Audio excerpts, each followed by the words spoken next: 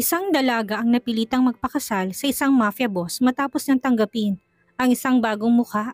Magawa kaya nilang mahalin ang isa't isa sa kabila ng magkaibang mundo at katayuan nila? Pero paano kapag nalaman ni Lennon na ang pinakasalan niya ay isang impostor? Mahalin pa kaya niyang asawa o galit ang ibibigay nito sa kanya?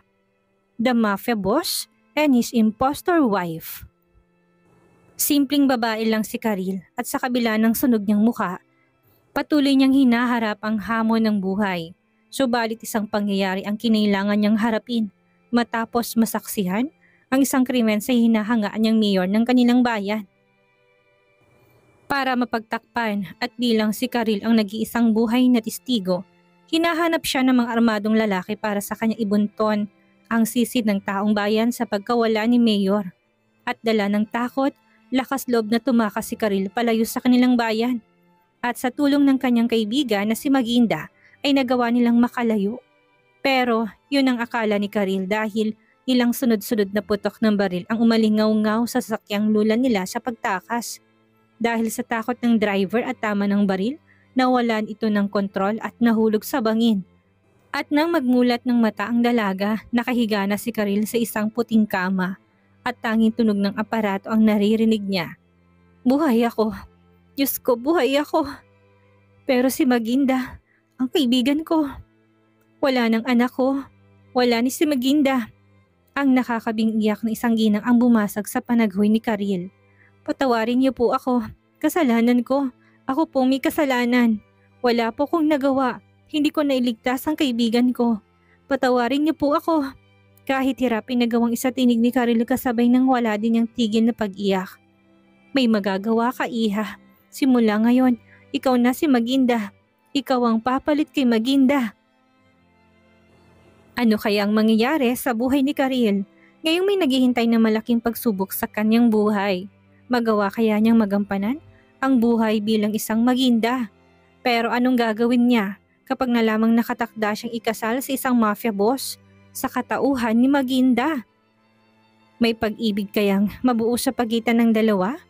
Pero paano kapag nalaman ni Lennon ang isang lihim na pinakatatago ni Karil?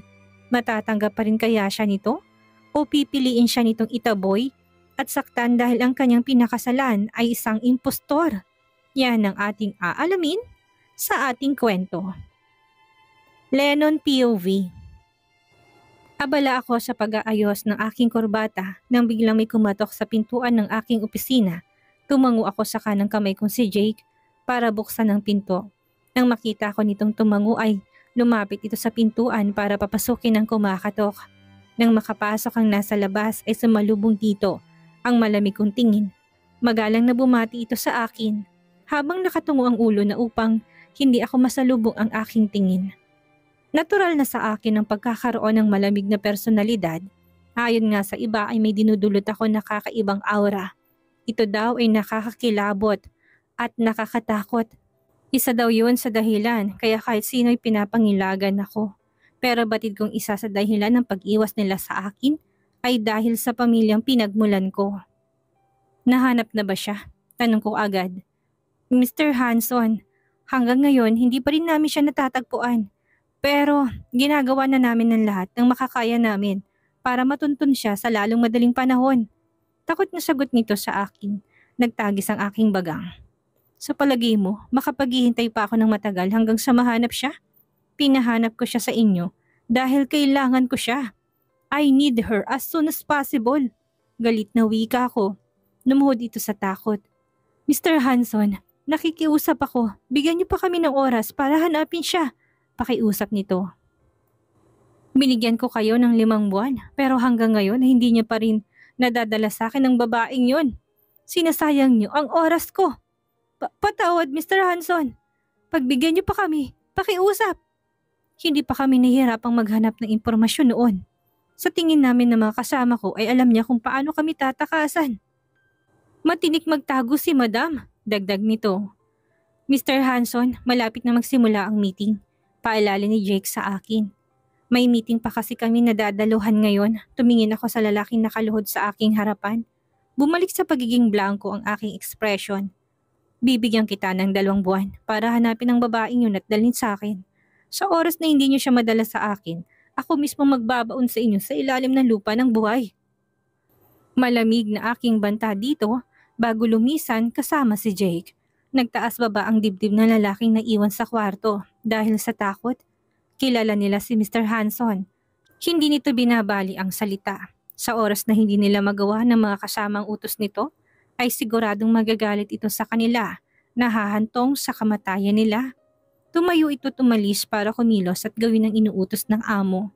Kailangan nilang mahanap ang babaeng pinapahanap nito sa kanila sa lalong madaling panahon, kung hindi ay malalagay ang buhay nila ng mga kasama sa peligro. Lennon POV. Pagkalabas ko ng mansyon na pag-aari ng aking pamilya, ay meron ng sasakyan na naghihintay sa amin sa labas. Nakita ng driver na sumenya sa kanya si Jake, kaya naman agad itong pinaandar ang sasakyan nang sumakay ako para ihatid kami sa aming pupuntahan. Habang nasa biyahe kami ay nakatingin ako sa labas ng bintana habang nag-iisip ng malalim. May balita na ba sa pinapahanap ko? Tanong ko. Bukod sa lalaki na kausap ko kanina at sa iba pa nitong mga kasama ay inutusan ko ito na maghanap para madali nang matunton ang babae na matagal ko nang pinapahanap. Kung marami kasi sila na maghahanap ay mas mabilis itong makikita. Saka malaki ang tiwala ko kay Jake. Magaling din ito sa paghahanap. Umiling ito sa akin. Maging kami ay hindi rin siya mahanap, boss. Sa palagay ko ay gumagamit din siya ng connection o kaya naman ay may tumutulong sa kanya para hindi namin siya matuntun. Sagot nito sa akin. Nagigtingan ng aking panga sa balitang sinabi niya sa akin. Talagang nagtatago ng mabuti sa akin ng babaeng yon. Kung sa palagay nito ay makakatakas siya sa akin habang buhay. Pwes, nagkakamali ito. Ipagpatuloy niyong paghahanap sa kanya. Kailangan na mahanap siya sa lalong madaling panahon. Sige, Mr. Hanson. Huwag kayong mag-alala. Gagawin namin ang lahat para mahanap siya. Pangakong sagot nito sa akin. Hindi nagtagal ay huminto ang sinasakyan namin sa tapat ng isang mataas na gusali. Pinagbuksan ako ni Jake ng pintuan. Nang makalabas ako ay sinundan ako ng 15 bodyguards na pawang naglalakihan. Ang mga katawan. Ang kanilang mga mata ay sumusuri sa paligid. Alerto sila sa paligid, dala ang kani-kanilang mga dekalidad na baril. Lumaki ako sa makapangyarihan na pamilya. Ang pagkakaroon ng mga bodyguards ay normal na sa amin. Kaya sanay na ako dito. Kung tutuusin, ang mga kasama ko ngayon ay kakaunti pa. Ang ilan sa mga ito ay nasa kalayuan at nagmamanman lang. Sumakay ako ng VIP elevator at nagtungo sa pinakamataas na floor. Pagdating dito ay lumabas ako at pumunta agad sa boardroom. Nang makita ko ng mga board members ay tumayo sila at nagbigay galang sa akin. Kasama na tumayo sila Zeke at ang kanyang ina na si Grace. Matapos ang mahaba-habang meeting tungkol sa kumpanya ay tumayo na ako. Aalis na sana kami nang biglang tumayo si Zeke at nagsalita. Lennon, nakita mo na bang fiancé mo? Tanong nito na medyo nakangisi pa. Halatang natuwa ito na makitang inis sa aking mukha. Mukhang ayaw ka na niyang pakasalan, Lennon. Paano ba yan?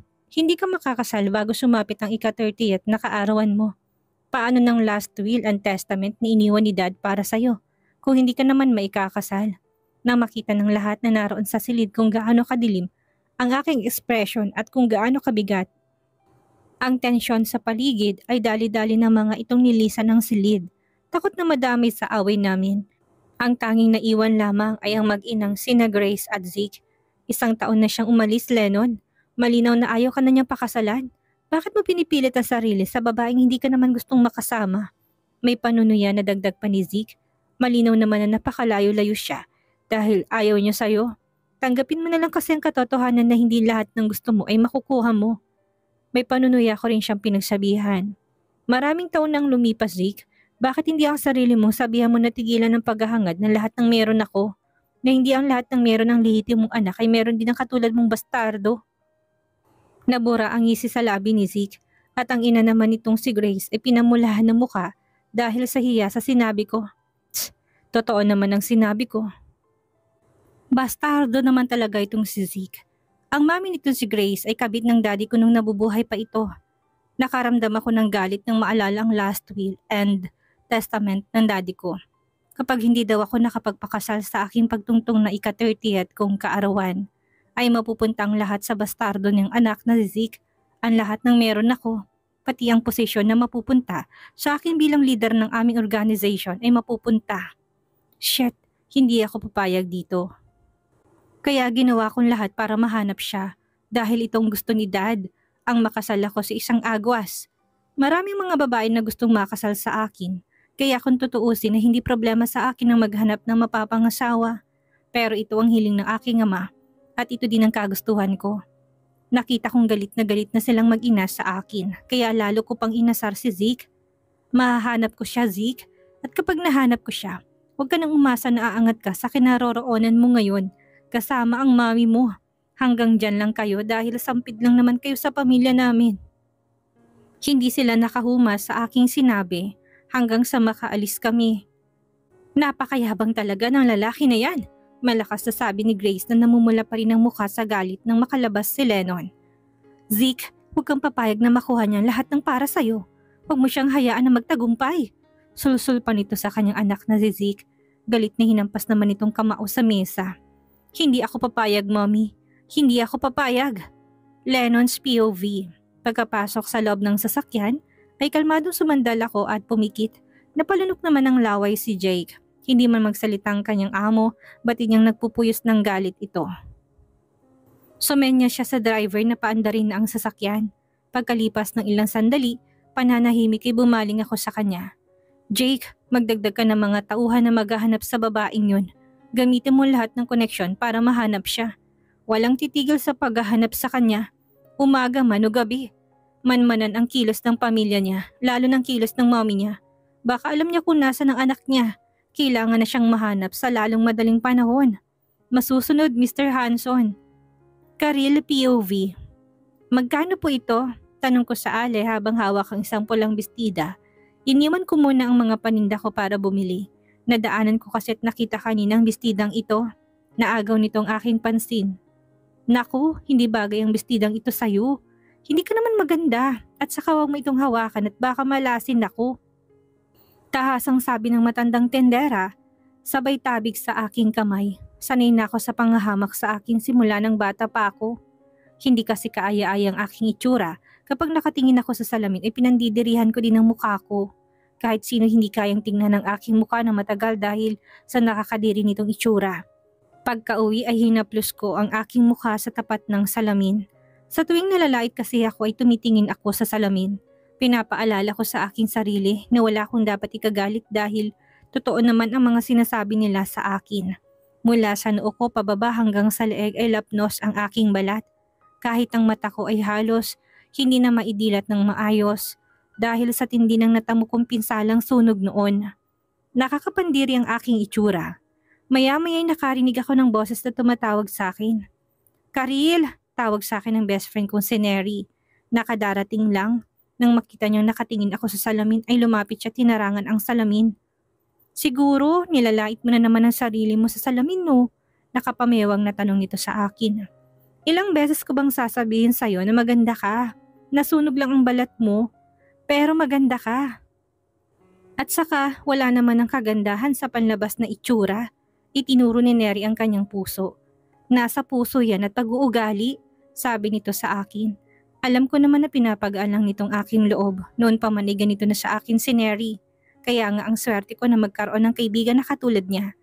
May nanlait na naman ba sa'yo? Tanong nito kaya tumango ako. Hayaan mo na sila at huwag mo nang pansinin. Wala naman silang ambag sa buhay mo kaya huwag mong dibdibin ang sinabi nila. Saka araw-araw naman kitang sinasabihan na maganda ka kaya ngumiti ka na. Ngumuso ako. Oo, sanay na ako pero tao pa rin naman ako. Hindi ako manhid. Nasasaktan pa rin naman ako. Sagot ko rito. Lumapit siya sa akin at tumakbay. Meron itong naabot sa akin na magazine. Huwag mo nang isipin yon. Heto, may dala akong pasalubong para sa'yo. Sigurado ako na mawawalang inis mo dito. Nagliwanag ang mukha ko at kinuha ang men's magazine na dala niya. Thank you talaga, Neri. Pasalamat ko rito. Kulang na nga lang ay mahalikan ko siya sa sobrang tuwa ko. Ang hilig mo talaga sa mga ganyan, sabi nito. Hindi ko ito pinansin, binuklat ko kaagad ang men's magazine na dala niya para sa akin. Si Neri ay best friend ko. Simula ng bata pa ako'y magkaibigan na kami at parang magkapatid ang turingan naming dalawa. Bukod sa aking lola, Si Neri lang ang taong nagmamahal at nagpapahalaga sa akin. Bumalatay ang lungkot sa mukha ko nang maalala ko si Lola. 5 buwan pa lang simula nang mamatay ang lola ko dahil sa sakit. Ang lola ko nagpalaki sa akin simula nang mamatay ang magulang ko. Ang lola ko din ang dahilan kaya buhay pa ako hanggang ngayon. Karil, lumaban ka sa buhay. Maniwala ka kay Lola. May magandang buhay na naghihintay sa'yo sa hinaharap. Balang araw ay naniniwala ko na sasaya ka at makakatagpo ng pag-ibig. Naalala ko na sabi ni Lola bago siya tuluyang malagutan ng hininga. Mahilig sa teleserye ang lola ko. Naniniwala ito na balang araw ay may prinsipe na magmamahal sa akin sa kabila ng kapangitan ko. Ang hiling ko talaga ay totoo ang mga sinabi ni Lola sa akin. Gusto kong sumaya, pero malabo nang mangyari yon. Wala nga halos lumalagpas ng 5 segundo na nakatingin sa mukha ko. Kahit nga ako na may-ari ng sarili kong mukha ay hindi ko magawang titigan ito. Kapag malungkot ang aking mukha, alam ni Neri na naalala ko si Lola, kaya inalo ako nito. Karil, wag mo nang isipin si Lola.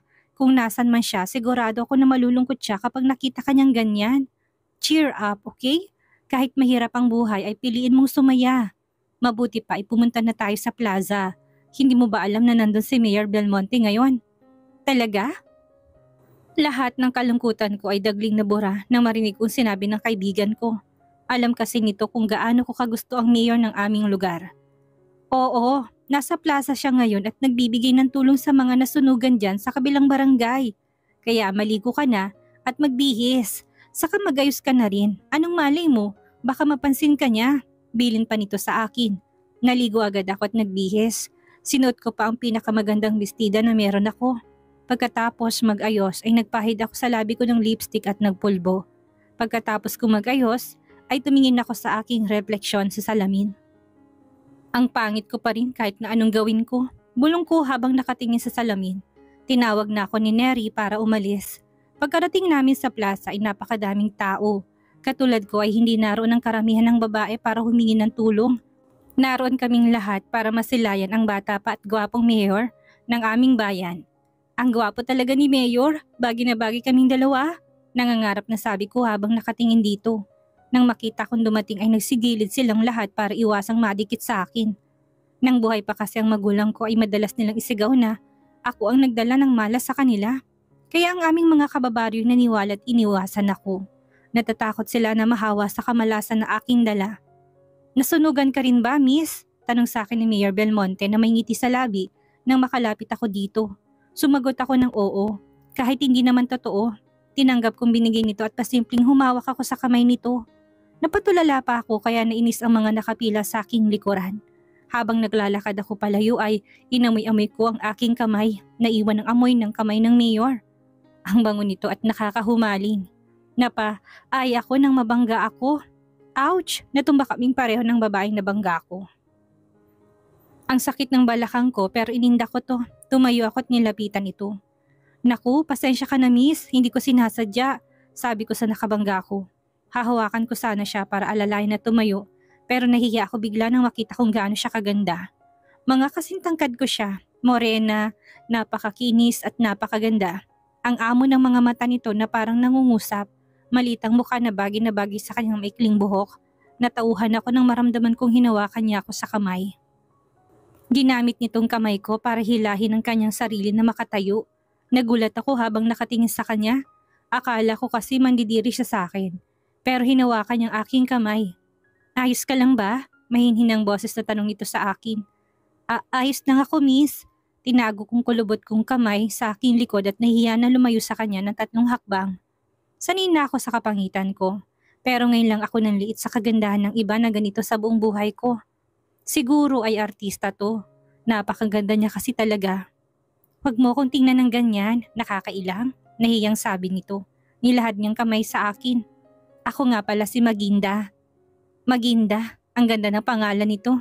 Ayaw ko sana na kamayan to pero siya mismong kumuha ng kamay ko't kinamayan nito. Wala na akong nagawa kung hindi ang magpakilala.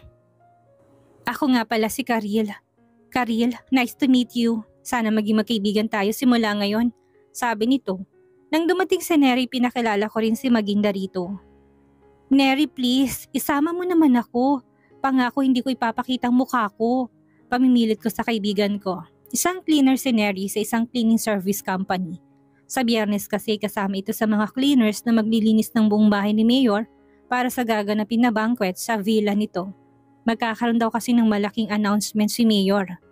Gusto kong sumama para masilayan ang mukha ni Mayor. Baka kasi abutin na naman ng ilang buwan bago ko ito makita. Gusto kitang isama, Karil, pero hindi pwede. Alam mo naman na masungit ang amo ko at mahigpit na pagdating sa trabaho. Baka matanggal ako sa trabaho kapag nalaman niyang nagsama ako ng iba. Mabuti na yung nag-iingat tayo. Saka makikita mo naman si Mayor sa plaza sa Pasko. Tsak na magbibigay na naman siya ng pamasko sa lahat. Nangihinayang ako. Akala ko'y makikita ko na ulit si Mayor. Ayoko naman na matanggal si Neri sa trabaho kaya hindi na ako nagpumilit pa. Pagdating sa palengke naroon ng mga banyera ng isdang ititinda ko. Ang pagtitinda sa palengke ang kinabubuhay namin ng lola ko. Malaki sanang kita namin dito pero dahil sa utang na iniwan ng magulang ko ay hindi kami umaasenso. Nasaan ang hulog mo? Tanong ni Berto. Ang naniningil sa amin ni Lola araw-araw noong nabubuhay pa ito. Ang sabi nila kapag patay na daw ang tao ay kasamang namamatay nun ang mga utang nito. Pero hindi namin magawa na hindi sila bayaran dahil binabantaan nilang buhay namin ni Lola. Kaya wala kaming magawa kung hindi ang bayaran sila. Malaki daw ang utang ni tatay at lahat ng yun ay pinatalo lang nito sa sugal. At ganun din ang nanay ko. Kaya nga namatay na lang ang lola ko na may sama ng loob sa kanila. Masama din ang loob ko sa kanila. Pero wala na akong magagawa kung hindi saluhin ang iniwan nila. Inabutan ko ito ng 5,000. Pagkatapos itong matanggap ang pera ay mayabang tong nagsalita. Mas madali kang kausap kaysa sa lola mo. Magpasalamat kang pangit ka at mabait ang boss ko. Kung hindi baka sumunod ka na sa lola mo sa liit ng binabayad mo sa amin. Sumisipol pa na umalis si Berto. Lumapit si Neri sa akin at inis na bumulong. Ang yabang talaga ng lalaking yun. Kung makapangit siya sa'yo ay wagas. Pangit din naman siya. Hayaan mo na. Ang mahalaga iligtas ako mula sa kanila. Sagot ko dito. Yun na nga, ligtas ka nga pero magbabayad ka naman sa kanila hanggang sa pagtanda. Ang irresponsable naman kasi ng magulang mo. Pagkatapos ng ginawa sa'yo ay nag-iwan pa ng mga utang. Nang makita niyang pagkalungkot ng aking mukha ay humingi ito ng pasensya. Naku, pasensya ka na, Karil. Nadala lang ako ng inis ko. Sabi nito. Wala yun, sanay na ako. Ani ko sabay talikod sa kanya. Ayaw ko kasi na pag-usapan ang mga magulang ko. Gabi na, habang nagliligpit ako at naghahandang umuwi ay narinig kong boses ni Maginda. Karil, tawag nito sa akin. Pinunasan kong kamay ko sa apron na suot ko. May nakita akong bagong bukas na restaurant diyan sa bayan. Tara, kain tayo. Yaya nito sa akin.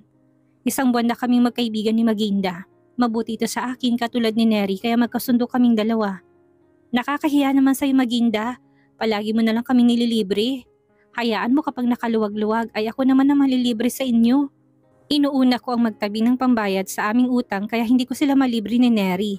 Kapag naluwag-luwag ako ay mangangako akong babawi. Pagdating namin sa restaurant ay namangha kami ni Neri. Halatang mamahalin ng restaurant na pinagdalhan sa amin ni Maginda. Mabuti na lang at may baon akong scarf para itagong aking mukha. Baka kasi mawala ng ganang mga kumakain dito kapag nakita ang aking mukha. Habang hinihintay ang order namin, napansin namin na may suot si Maginda na magandang singsing. Nang makita nito na nakatingin kami ay kinikilig na tinaas nito ang kamay upang ipakita sa amin ang kanyang singsing. Engagement ring pala ito ni Maginda at ng fiancé niya. Plano na daw nitong magpakasal at invited daw kaming dalawa ni Neri. Habang nagkukwento, si Maginda ay halatang napakasaya niya, kitang-kita namin yung sakislap ng mata. Bigla tuloy ako nakaramdam ng inggit. Sana maranasan ko rin na magmahal at mahalin. May lalaki kaya na nakatadhana sa akin katulad ng sinabi ni Lola. Naku, mukhang malabo. Sa pangit kong ito ay hindi na dapat ako umasa. Malungkot na putol ko sa isip ko.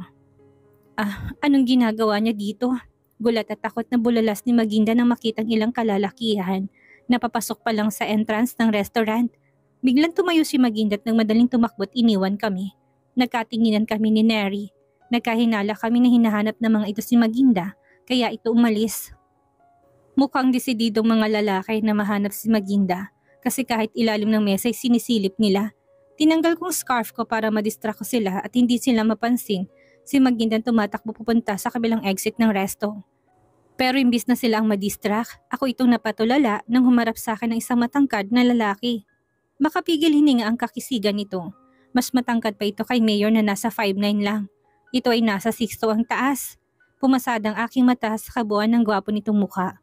Bagay na bagay ditong prominante nitong panga, makapal na kilay, matangos na ilong at katamtamang nipis ng labi. Para itong mga Mexican actor na napapanood ko sa telebisyon nung bata pa ako. Matapang ang features ng mukha nito, semi-kalbong gupit at may guhit pa sa kilay na halatang pinasadya. Napakaastig ng dating ng lalaki, makalaglag pa nga ang kagapuhan nito. Bumaba ang aking mata sa kanyang katawan. Napalunok ako ng laway. Mas gwapo at mas magandang katawan nito sa mga lalaki nakikita ko sa mga men's magazine na collection ko. Mas kulado at halos pumutok ang muscles nito na tila gustong kumuwala sa fitted V-neck nitong suot. Nang bumaba ang mata ko sa pagitan ng hita nito, ay muli ako napalunok. Kung hindi pa ako malakas na sinipa ni Neri ay hindi ako matatauhan at mananatiling nakatingin sa malaking umbok sa pagitan ng hita nito. Binantaan ako ni Neri sa pamamagitan ng tingin, kaya umayos ako ng upot tumingala sa lalaki. Nang magtama ang aming mata ay natulala na naman ako, para akong nahipnotismo at tanging kami lang dalawa ng tao sa mundo. Ngayon lang kasi ako nakakita ng ganito kakisig na lalaki na mayroong asul na kulay ng mata. Sigurado ako na hindi ito purong dugong Pinoy. Napalunok ako ng laway na makita kung gaano kalamig ang tingin nito. Makapanindig balahibo ang dulot ng tingin nito. Misteryoso at mukhang delikado. Malayong-malayong aura nito kay Mayor na mukhang mabait at pala kaibigan. Tumayo ako at kumiti ng matamis dito. Gusto ko sanang kausapin to pero hindi niya ako pinansin. Nilagpasan lang ako nito na parang hangin. Tama ngang hula ko. Mukhang masamang ugali nito. Sayang, ang gwapo pa naman sana nito. Isip-isip ko habang nakasunod ang aking tingin dito. Pagkaalis ng lalaki at ng mga kasama nito, maya-maya ay bumalik si Maginda. Halatang kabado pa rin ito.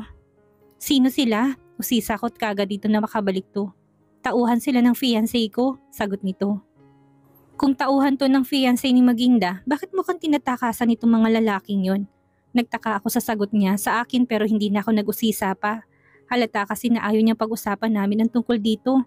Pagkatapos namin kumain ay umuwi na kaagad kami. Biyernes na, 6:00 pa lang ng umaga nang biglang may kumatok. Mamaya pa ako magtitinda ng 10:00 ng umaga kaya imposible namang sineri to. Saka may pasok to ngayon. Kumunot ang loob ko na mapagbuksan ko si Aling Tessie, ang nani ni Neri. Aling Tessie, bakit ho? Tanong ko rito. Noon pa man na hindi ako nito gusto. Kaya nakapagtataka na kumatok to ng ganito kaaga ngayon. Mataas ang lagnat ni Neri ngayon. Ang sabi niya ay sunduin kita dahil kailangan niya ng kapalit sa trabaho. Kung may iba lang ako mapipili, ay hindi ikaw ang ipapalit ko sa kanya. Umispid pa na sabi nito. Dapat ay nasa kanto ka na ng mga 7:00 kaya gumaya ka na. Ayusin mong trabaho mo at huwag mo ipapahiyang anak ko.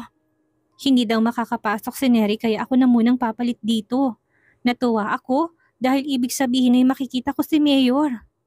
Huwag kang mag-alala, Aling Tessie. Pangako gagalingan ko sa trabaho. Nagsuot ako ng bonnet at binalot ang mukha ko ng scar para hindi makitang mukha ko. Habang naghihintay sa kanto ay hindi mabura ang ngiti sa labi ko. Ka-real POV. Napapantastikohang nakatingin sa akin ang lahat ng mga katrabaho ni Neri. Mainit ang panahon ngayon. Bakit nakabonet ka? Hindi ka ba naiinitan? Tanong sa akin ng isang may edad na babae. Narito kami ngayon sa loob ng sasakyan at tinatahak ang daan patungo sa villa ni Mayor. Alam kong nagtataka sila kung bakit hindi ko tinatanggal ang bonnet na aking suot simula kanina nang sumakay ako. Hindi po, sanay na ako, pagsisinungaling ko. Baka kasi magbagong isip nila na isama ako kapag nakita nila ang aking mukha. Pagdating sa tapat ng villa ni Mayor ay hindi ako mapakali. Sabik na ako makita siya. Pagbaba namin ng sasakyan ay pumila na muna kaming lahat. Bale 3 van kami na maglilinis ng buong villa. Nasa mahigit 20 katao kami. Malawak at malaki kasi ang villa kaya kailangan talaga ng marami kami.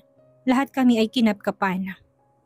Nang makita na nag-i-inspeksyon na nakasuot ako ng bonnet ay pinaalis ito sa akin. Kaya kahit ayaw ko ay wala akong nagawa. Silang lahat ay nagulat nang makita ako. Nakita kong pandidiri nila habang nakatingin sa aking mukha. Hindi ako nagustuhan ng isang tauhan ni Mayor. Inutusan nitong isang guard na paalisin ako. Mabuti na lang at dumating si Mayor bago pa ako mapaalis. Hayaan mo siyang gawin ang trabaho niya na maayos. Ilang beses ko bang sasabihin sa inyo na hindi hadlang itsura o panlabas na anyo para magtrabaho ng marangal ang isang tao.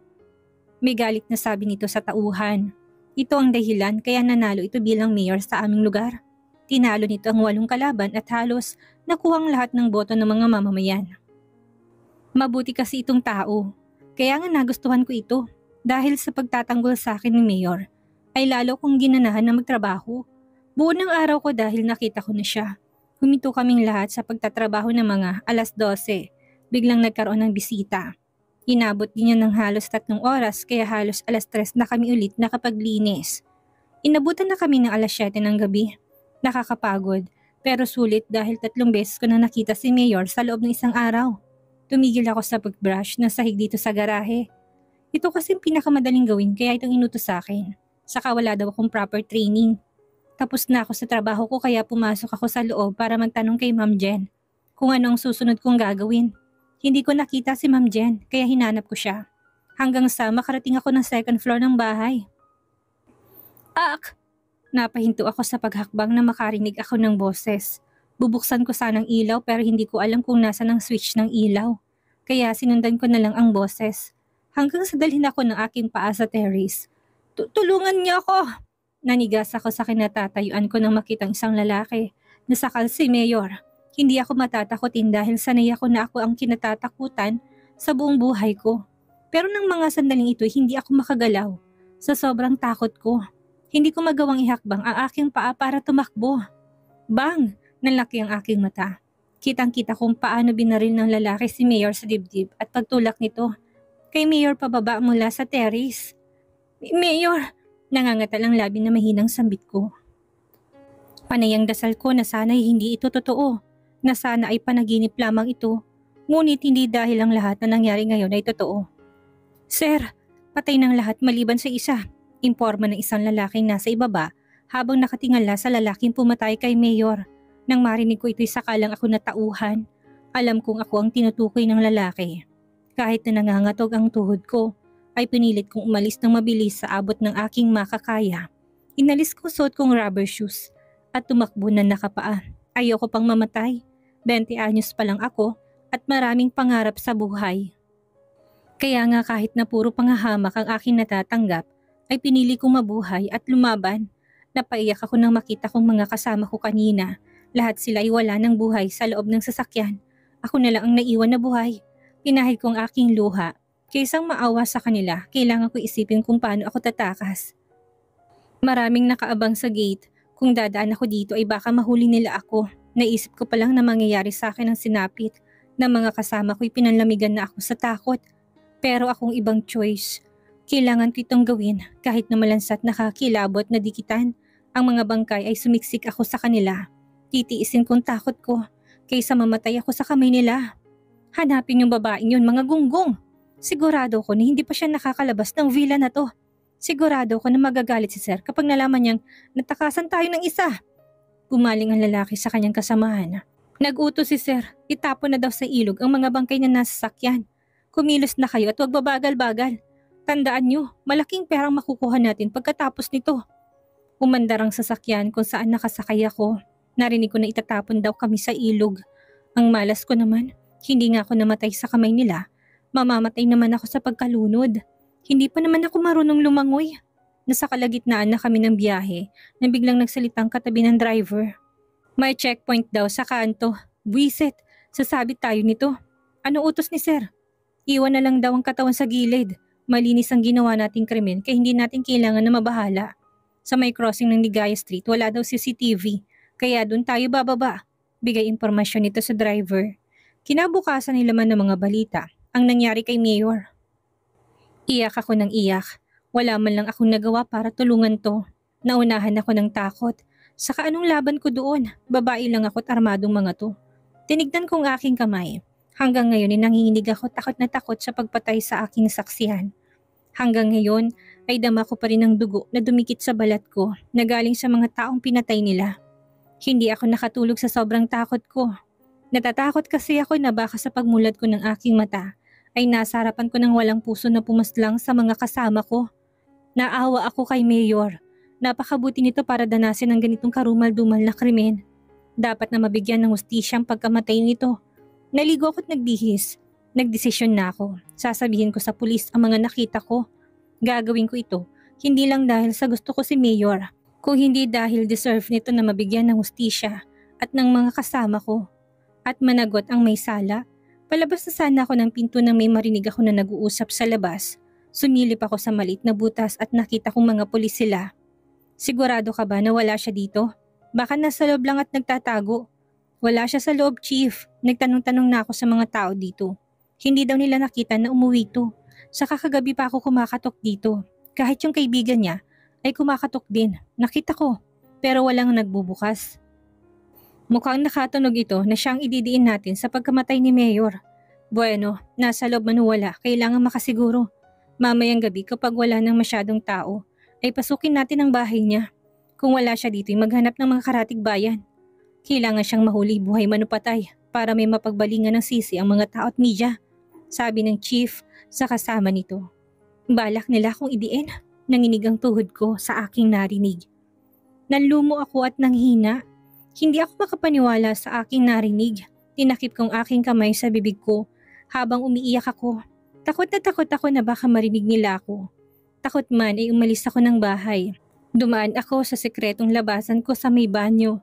Dumadaan ako dito kapag madaling araw at gabi dahil sumisilip ako sa mga binatang naliligo sa may poso sa kanto. Habang tumatakbo na nakatalukbong ng aking mukha ay nagdarasal ako na sana'y hindi nila ako makita. Tanghaling tapat naman kaya walang masyadong tao sa labas. Kung magpapagabi kasi ako, ay papasukin ako sa bahay. Ayoko mahuli nila ako dahil alam ko ng plano nila sa akin. Kinabahan ako nang may humintong kotse sa aking harapan. Handa na sana akong tumakbo dahil akala ko mga pulis o tauhan to na pumatay kay Mayor. Pero nakita ko si Maginda. Karil, halika na, bilisan mo, tawag nito sa akin. Nagmamadali akong tumakbo at sumakay sa kotse nito. Umiiyak na nagpasalamat ako na makasakay ako. Salamat Maginda, mabuti na lang at dumating ka, sabi ko sabay iyak at yakap sa kanya. Please, umalis na tayo dito. Baka kasi maabutan nila tayo.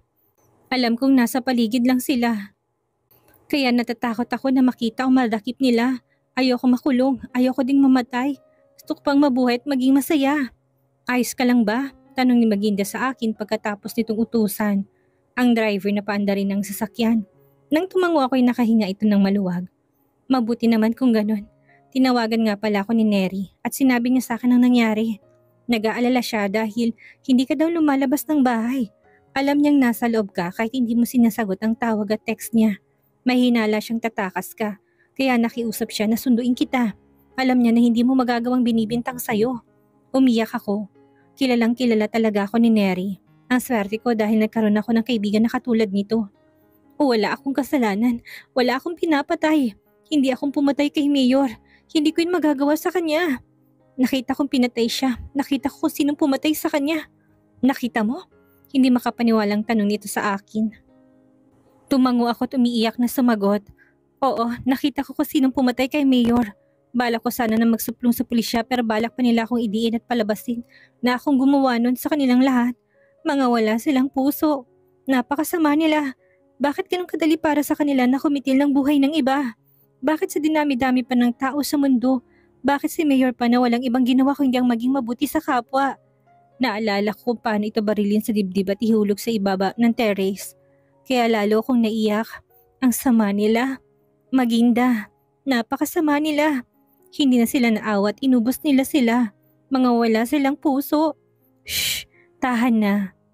Karil, naniniwala naman kami sa'yo na inosente ka. Huwag kang mag-alala. Tutulungan kita na umalis na muna ng bayan. Sabi nito sa akin. Ayoko, hindi ako aalis. Tumanggi ako sa sinabi ni Maginda. Hindi ko kayang umalis ng aming bayan na hindi nililinis ang pangalan ko at nabibigyan ng hustisyang pagkamatay ni Mayor. Pero sinabi ni Maginda na mapapahamak lang ako. Mas mabuti daw na umalis na muna ako ng bayan namin para sa kaligtasan ko. Nangako naman ito sa akin na tutulungan ako na linisin ang pangalan ko at mabigyan sa hustisyang pagkamatay ni Mayor. Kailangan ko lang daw na munang maghintay.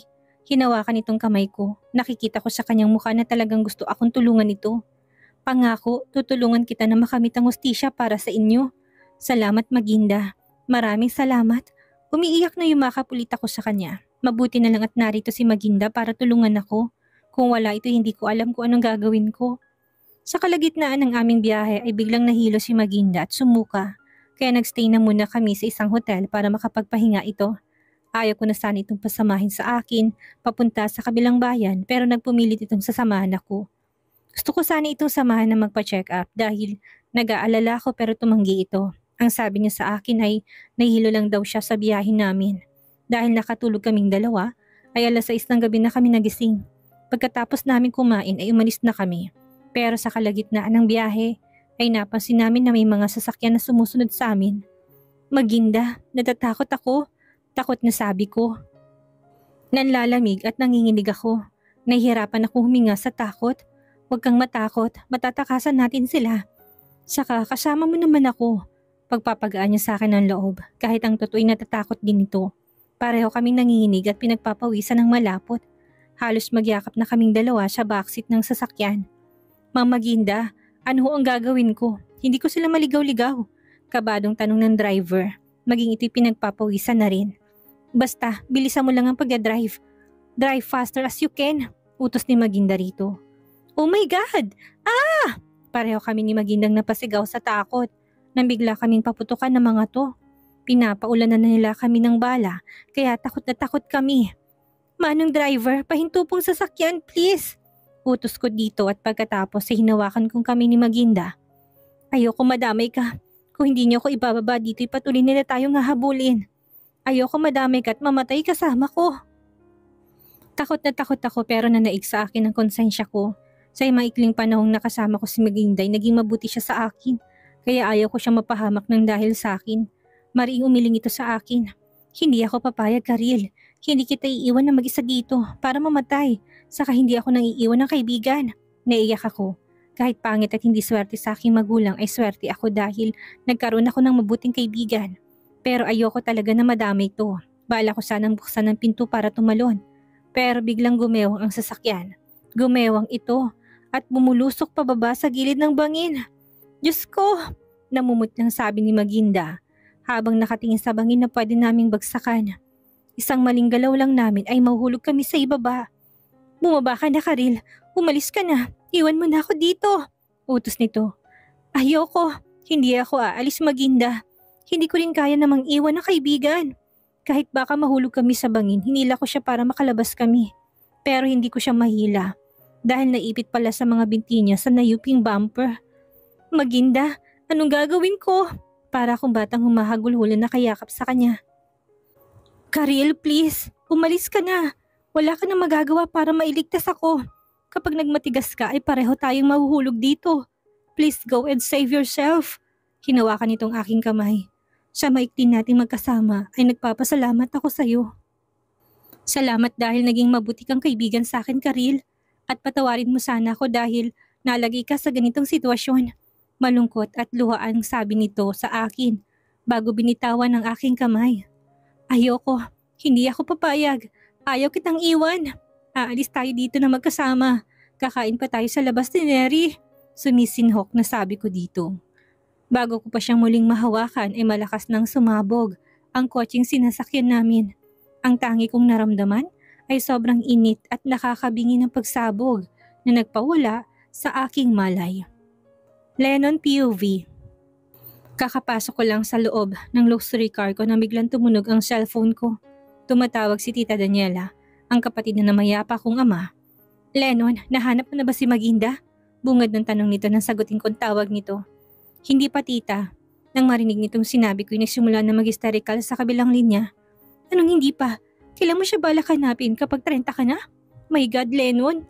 Alam mo kailangan mo siyang mahanap agad bago ka tumutong ng 30. Dahil kung hindi ay mapupunta sa ingratang mag-inang iyon ang lahat ng para sa'yo. Huwag mong hayaang mangyari yon.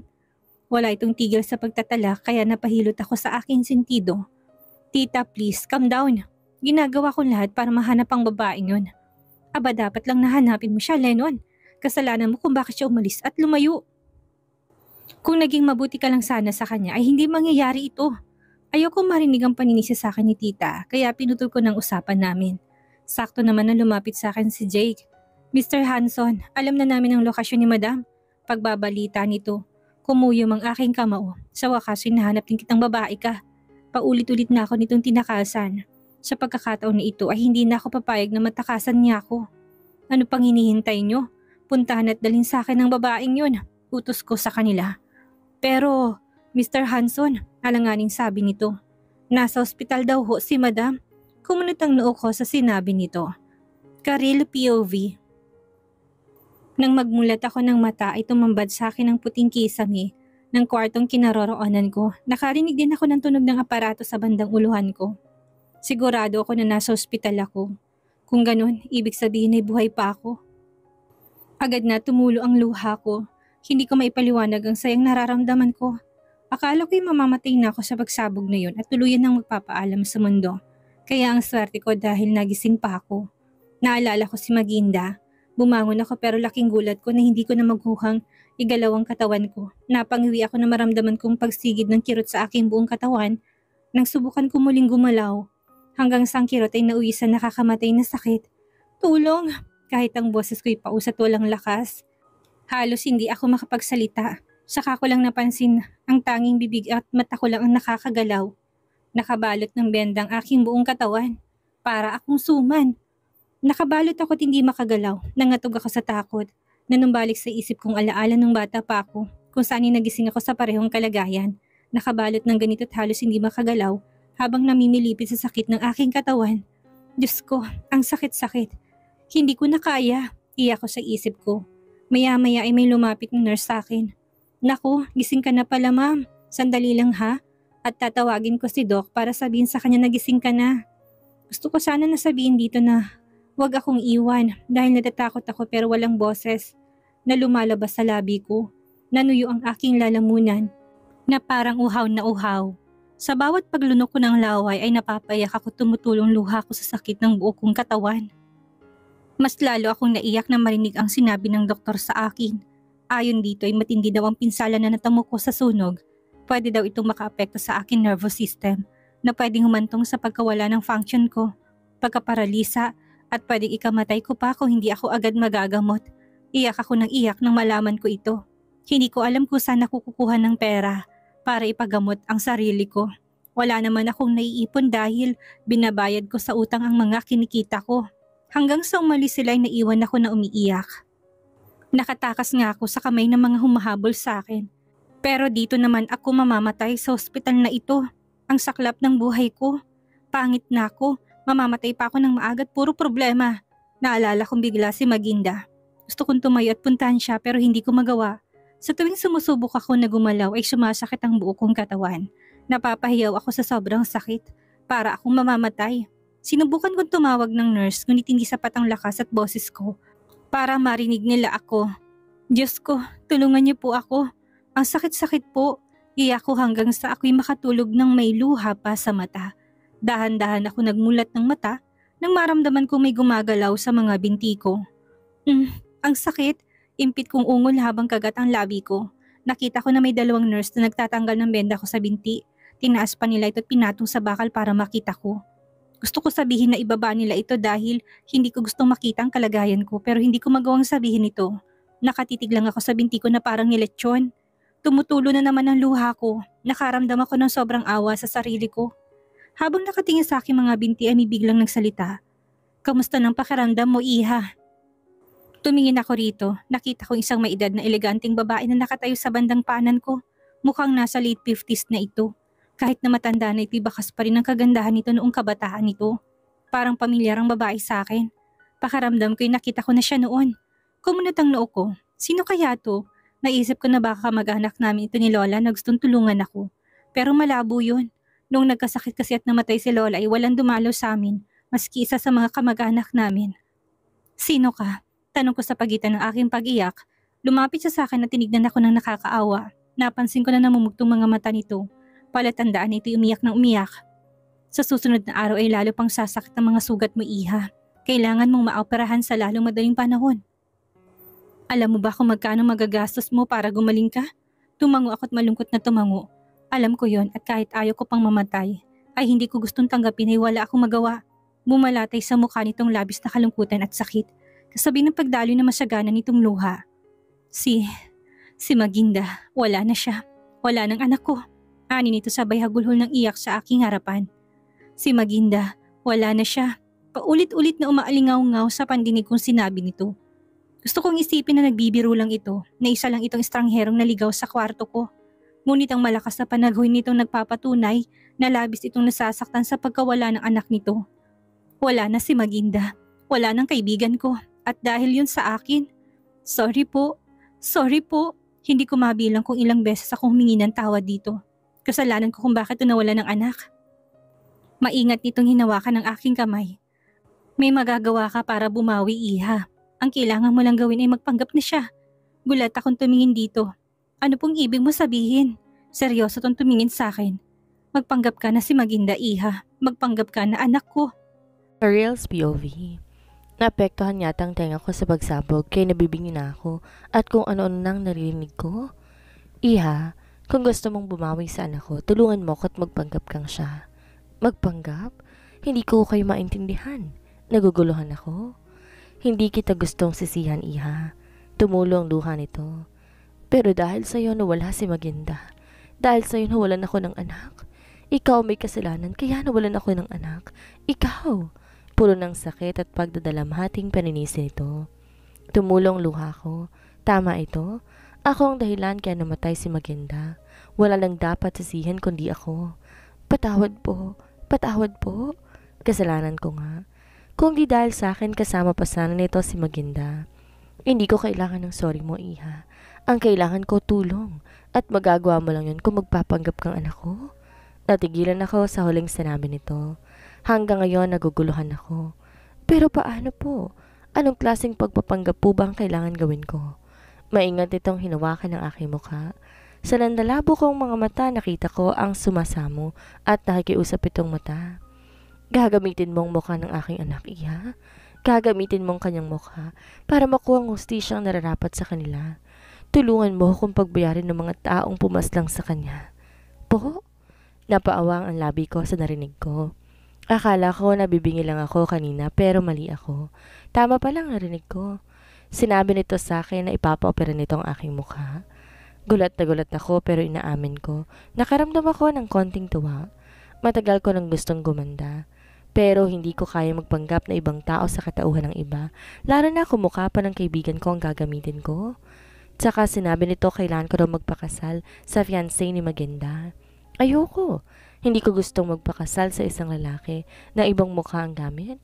Ang sabi nga ng lola ko, may lalaking magmamahal sa akin balang araw sa kabila ng aking itsura. Gusto ko sanang hintayin dumating ang araw na yon, pero sa kalagayan ko malabo. Naalala ko bigla si Maginda. Naalala ko kung gaano to kasaya nang kinuwento niya sa amin ni Neri ang tungkol sa fiancé nito. Mahal na mahal ng kaibigan ko ang fiancé nito, kaya hindi ko kayang magpanggap na gamit ang mukha nito at magpakasal sa lalaking mahal nito. Pasensya na ho kayo, ma'am, pero hindi ko matatanggap ang alok mo. Gusto kong tumulong pero hindi ko sa ganitong paraan. Wala ho kong balak magpalit ng mukha at gamitin ang mukha ng iba para mabuhay. Kontento na ho ako sa pangit kong itsura. Sunod-sunod na pumatak ang luha ko. Patawarin niyo po ako. Alam ko pong masakit para sa inyong mawalan ng anak. Hindi ko na po maibabalik ang buhay ni Maginda kaya patawarin niyo po sana ako. Patawad po dahil sa akin nawalan kayo ng anak. Patawad po, mamatay na rin naman ako. Sapat na siguro tong kabayaran sa pagdami ko sa kaibigan ko. Mabait akong ngumiti. Lumaban ako ng patas, naging matapang at di sumuko sa laban ng buhay. Pero sa bandang huli, ito palang kahihinatnan ko. Naramdaman ko, pinahid nito ang luha ko. May awa ang matang, tinignan ako nito. Iha, alam kong sobrang hinihingi ko sa'yo, pero ito lang ang tanging paraan para mapanagot natin ang mga taong nasa likod ng kanilang pagkamatay. Ang mayor na gusto mo, hindi mo ba gustong mabigyan ng hustisyang pagkamatay niya? Kaibigan ka ng anak ko. Ikaw ang dahilan kaya namatay siya. Dapat lang tulungan mo ako mabigyan ng hustisyang pagkamatay niya. Nakikiusap ako sa iyo, Iha. Tulungan mo ako. Pakiusap nito. Hindi ba't gusto mo mabuhay ng normal? Sa oras na gamitin mong mukha ng aking anak, makakamit mo lahat ng gusto mo. Magiging malaya ka at masaya. Magtutulungan tayo, Iha. Lilinisin ko ang pangalan mo at babayaran lahat ng utang ng mga magulang mo. Basta tulungan mo ako mabigyan ng hustisyang pagkamatay ng anak ko. Dagdag ng ginang. Pasensya na po pero hindi ko magagawa ang gusto ninyo. Sabi ko na ikinabagsak ng balikat nito. Buong gabi akong di nakatulog dahil sa matinding sakit. Tahimik akong lumuluha at namimilibit. Para akong mamamatay. Hindi ko na yata kakayanin pa. Gusto na sumuko ng katawan ko. Kinaamagahan may mga lalaking pumasok sa kwarto ko. Rinig ko ang pag-uusap ng mga to. Sigurado kang sa ospital na to dinala ang babaeng yon? Kanina pa tayo naglilibot pero hanggang ngayon, di pa rin natin siya nakikita dito. Baka maling impormasyon na natanggap mo. Nanigas ang aking katawan nang mabosesan ko ito. Hindi ako po pwedeng magkamali. Isa ito sa tauhan ng pumatay kay Mayor. Narinig ko ang paglapit ng libag nila sa akin kaya't pumikit ako. Nagpanggap na natutulog. Nanginginig ako at nanlalamig sa takot. Sinabi kong tanggap ko ng kamatayan ko, pero hindi ganoon ang nararamdaman ko ngayon. Natatakot ako, kinakabahan, at nanginginig sa takot. Malayo sa pagiging handang harapin ang kamatayan, katulad ng sinasabi ko. Tara na, maghanap tayo sa ibang kwarto. Sigurado kung mahahanap natin ang babaeng yun dito, sabi ng kasama nito. Nang makilabas sa mga to, saka ko lamang pinakawala ng aking hininga. Sa sobrang takot, di na pala ako humihinga sa takot na baka marinig nila. Habang narinig ko silang nag-uusap kanina, may napagtanto ko. Gusto ko pang mabuhay. Gusto ko pang maranasang maging masaya at maging malaya. Gusto ko pang lumaban sa buhay at ayoko pang mamatay. Kumagulhol ako ng iyak. Natatakot akong mamatay at yun ang totoo. Hindi pa ako handang mamatay. Gusto ko pang mabuhay. Abot hanggang langit ang kaba ko. Ngayong araw ang schedule ng operation ko. Nandito kami ngayon sa Thailand para gawin ang procedure ng operation ng aking mukha. Marami kasing magagaling na doktor sa bansang to pagdating sa cosmetic surgery. Kaya ko to. Para kay Mayor, kay Magenda, at para sa sarili ko. Kakayanin ko. Pagpapalakas ko sa aking loob. Sinabi kasi sa akin kanina ng doktor na sa kabila ng anesthesia ay makakaramdam pa rin ako ng matinding sakit. Sa tindi daw kasi ng mga pilat ko sa katawan at sa aking mukha, kakailanganin ng mahaba at matagal-tagal na operasyon. Tinanong ako ng doktor sa English kung handa na ba ako. Yes, Doc. I'm ready. Kinakabang sagot ko dito. Wala nang atrasan to. Pagkatapos ito, tuluyan ang magbabagong buhay ko. Bago simula ng operasyon sa akin, ay taimtim naman ako na nagdasal na sana successful ang patong-patong na operasyon sa akin. Lennon Hanson's POV. Kumunot ang noo ko nang marinig ang ulat ni Jake. Dinala ang babaeng yun sa Thailand? Nalaman mo ba ang dahilan? Umiling to sa tanong ko. Hindi ho, pero ayon sa nakala po impormasyon, nagpa-appointment si Mrs. Aguas ng magaling na doktor sa Thailand. Hanggang doon lang ang nalaman namin, Mr. Hanson. Masyadong maingat ang mga Aguas sa paglabas ng impormasyon hinggil sa totoong dahilan ng kanilang pag-alis. Mahabang paliwanag ni Jake. Salamat sa impormasyon, Jake. Makakaalis ka na? Ani ko rito. Nang makalabas to, sumandal ako sa aking swivel chair. Nakapagtataka na hinayaan ng mga Aguas ngayon na malaman ko kung nasan sila. Hindi katulad noon na nag-iingat sila ng husto na may malaman ako kahit anong impormasyon tungkol sa mga to, lalo na pagdating sa babaeng yon. Anong plano ng mga Aguas sa pagkakataong ito? May balak na naman ba ang mga tong bilugin ng ulo ko, katulad ng ginawa nila sa aking ama? Kumuyom ang kamao ko. Kung di ko lang kailangan ng pamilya nila para malaman kung nasan siya, hindi ko pagtsatsagaan ang pamilya nila. Tumayo ako at kinuha ang coat ko. Ihanda ang yate. Pupunta tayo ngayon sa isla? Nagulat si Jake. Pero Mr. Hanson, hindi ba't sa isang araw pang punta natin doon? Nagtatakang tanong nito.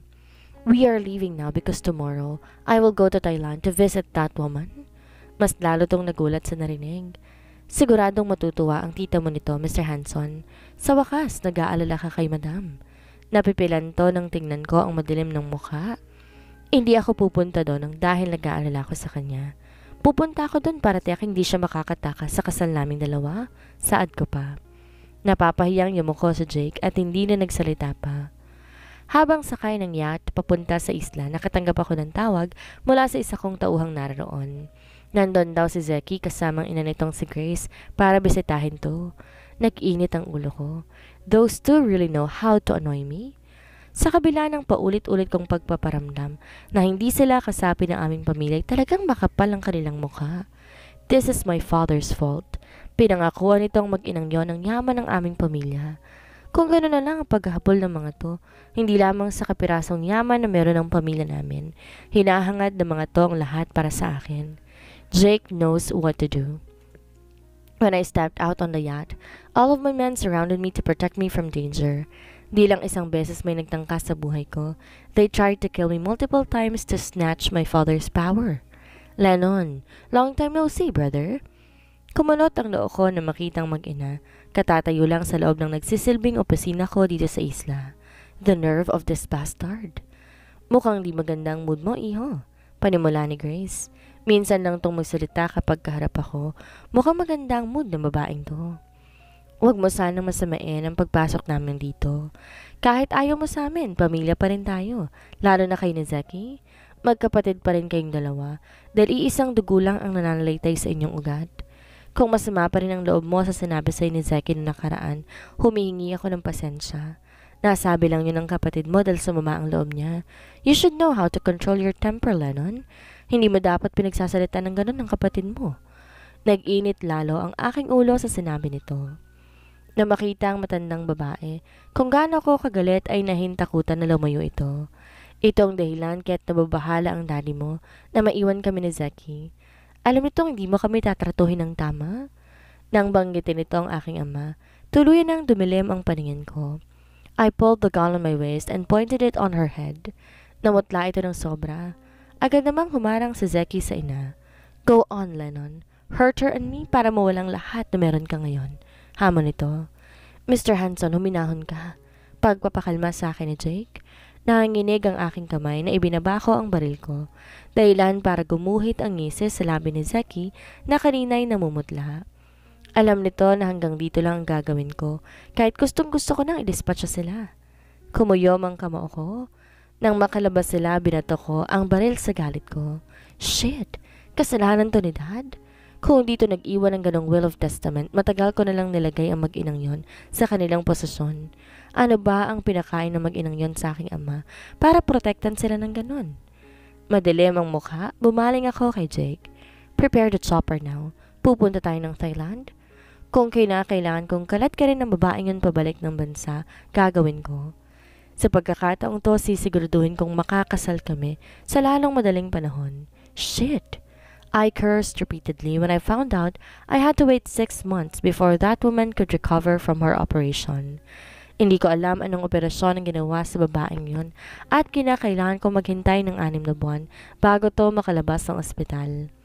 Inabot sa akin ni Jake ang report tungkol sa kalagayan nito. Mr. Hanson, wala tayong magagawa kundi hintayin makalabas siya ng ospital at makarecover. Tumawag ako sa mga wedding planner at nagpaset ng bagong date para sa kasal niya ni Madam. Kumunot ang noo ko. Sinet ko sa mismong araw ng kaarawan mo, Mr. Hanson, ang araw ng inyong kasal. Alam kong ayaw mo magdiwang sa araw na yon, pero wala tayong pagpipilian sa ngayon. Muli akong napamura. Nang makalabas to, naglabas ako ng isang pakete na imported na sigarilyo at nagsindi ng isa. Naalala ko ang kalagayan ng babaeng yun kanina nang bisitahin ko to sa ospital. Nababalot ito ng benda. Nilabas ko ang report tungkol sa kalagayan nito. Mas lalong lumalim ang kunot ng aking noo. What the heck is this? Isang allergy lang nakalagay na rason kaya ito nagkaganon? Naalala ko ang ginawang pandalil lang sa akin ng mga to, magtatatlong taon nang nakakaraan. Dumiin ang hawak ko sa mga papel hanggang sa malukot ito. Kung inaakala pa ng mga to na marinin lang siyang muli, nagkakamali ang mga to. After 6 months, Karil's POV. Kabadong kinukutkot ko ang kuko ko habang panay ang hinga ko ng malalim. Inhale, exhale. Huwag kang kabahan, Karil. Relax ka lang. Ilang beses ko nang pinakalma ang sarili ko pero walang talab ito. Parang sasabog ang dibdib ko sa sobrang kaba. Sinong di kakabahan? Ngayong araw ang aking kasal. Kababalik ko lang dito sa Pilipinas kahapon pero ikakasal agad ako. Hindi na raw kasi ito po pwedeng ipagpaliban kaya wala akong choice. Hindi na ako nakapili ng gusto kong wedding gown. Hindi ako naka-attend ng kahit anong rehearsal. Pagbalik ko, nakahanda ng lahat para sa kasal. Ako na lang at ang groom ang kulang. Napapitlag ako na may kumatok sa bintana. Iha, bumaba ka na. Naghihintay na sila sa loob. Sige po. Kahit ang boses ko nanginginig sa kaba. Pagkababa ko, hinawakan ako nito sa kamay. Iha, huwag kang kabahan. Tandaan mo lang mga sinabi ko sa'yo. Pero tita kasi, mommy, iha? Masanay ka nang tawagin akong mommy simula ngayon? Pinisil nito ang aking kamay. Hindi ka na si Karil. Ikaw na si Magenda. Kaya't kalimutan mo ng dati mong buhay? Oo nga pala. Hindi na ako si Karil simula nang pumayag ako magpanggap na anak nito. Sa oras na pumasok ka ng simbahan yan, mas malaki ang mababago sa buhay mo. Hindi ka na lang basta si Magenda. Magiging asawa ka na ng isa sa pinakamakapangyarihang tao sa mundo. Magiging si Mrs. Hanson ka na. Madaragdagan ang obligasyon mo at kailangan mong gampanan. Lalo akong kinabahan sa sinabi nito. Alam ko yon at handa na ako. Pero ngayong nasa harap ako ng simbahan, nabasag ang katatagan na ilang buwan kong itinayo. Madam, kanina pa sila naghihintay sa loob? Imporma sa amin ng event organizer. Nakangiting humarap si mommy dito. Tama to. Kailangan kong masanay na tawagin tong mommy. Kahit nakakapanibago, kailangan kong sanayin ang sarili ko. Papasok na kami. Pasensya na dahil masyado lang kinakabahan ng anak ko. Alam mo naman, mga babae, nakakaramdam ng labis na kaba sa araw ng kanilang kasal. Sige na, susunod na kami. Nakangiting sabi dito ng ginang. Nang makaalis ang lalaki, hinawakan ako nito sa kamay. Mauna na ako sa'yo, iha. Sumunod ka agad, maghihintay kami sa'yo sa loob. Gusto ko sana napigilan ito. Gusto ko sana may kasama kong papasok pero nakaalis na to. May kasama dapat papasok sa simbahan na ikakasal na babae. Pero wala nang daddy si Magenda. Kaya ako lang ang mag-isang papasok sa malaking tarangkahan ng simbahan ngayon. Kaya mo yan, Karil. Huwag kang kabahan. Ilang buwan mo tong pinagandaan? Mahinang bulong ko para palakasin ang loob ko. Bago naglakad, humigit muna ako ng malalim na buntong hininga. Ito na, wala na tong atrasan pa. Ikakasal na ako sa lalaking hindi ko pa nakikita sa personal. Umugong ang malakas sa bridal song nang bumukas sa malaking pinto. Dati kapag tumitingin ako sa mga tao nasa paligid ko, puro pang lalait ang nakikita ko o pandidiri. Pero sa mga sandaling to, hindi ko nakita yon. Paghanga ang nakikita ko sa mga mata nila ngayon na para bang ako ang pinakamagandang babaeng nakikita nila. Yumuko ako, nanginginig ang tuhod ko sa kaba. Kung hindi pa huminto ang bridal song, hindi ako titingala. Napawang ang labi ko nang tumambad sa akin ng isang matangkad na lalaki. Naalala ko, ito ang lalaking tinakasan ni Magenda sa resto. Ikaw? Anong ginagawa ng lalaking to dito? Nasa na mapapangasawa ko? Sa picture kasing pinakita sa akin ni tita, long hair at balbas sarado na may guhit sa kilay at tattoo sa leeg. Otomatikong dumako ang mata sa tattoo nito sa leeg at sa kilay nitong may guhit. No way! Nang pasadahan kong suot nito, saka ko napagtanto tama ko. Ito ang fiancé ni Magenda? Pero ang sabi nito sa kanila noon, dauhan to ng fiancé niya. Napasinghap ako nang bigla nitong hilahin ang kamay ko para iakit sa altar. Don't let me wait for you again, woman. Kanina pang naghihintay ang lahat sa'yo. Hindi mo dapat ugaling paghintay ng mga bisita at maging bastos. May inis sa boses na sabi nito.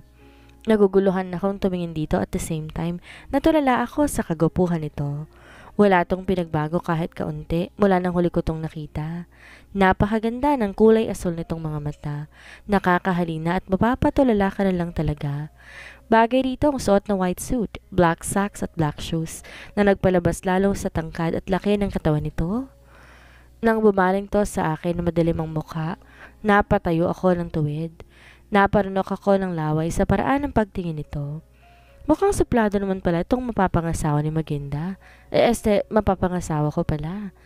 Pagkatapos ni Father ipaulit sa amin ang vows namin dalawa, ay ipinasuot na nito ang singsing sa amin. Habang tinitingnan ko ang mukha ng mapapangasawa ko, napapansin kong wala man lang ko nakikitang excitement sa mukha nito habang kinakasal kami.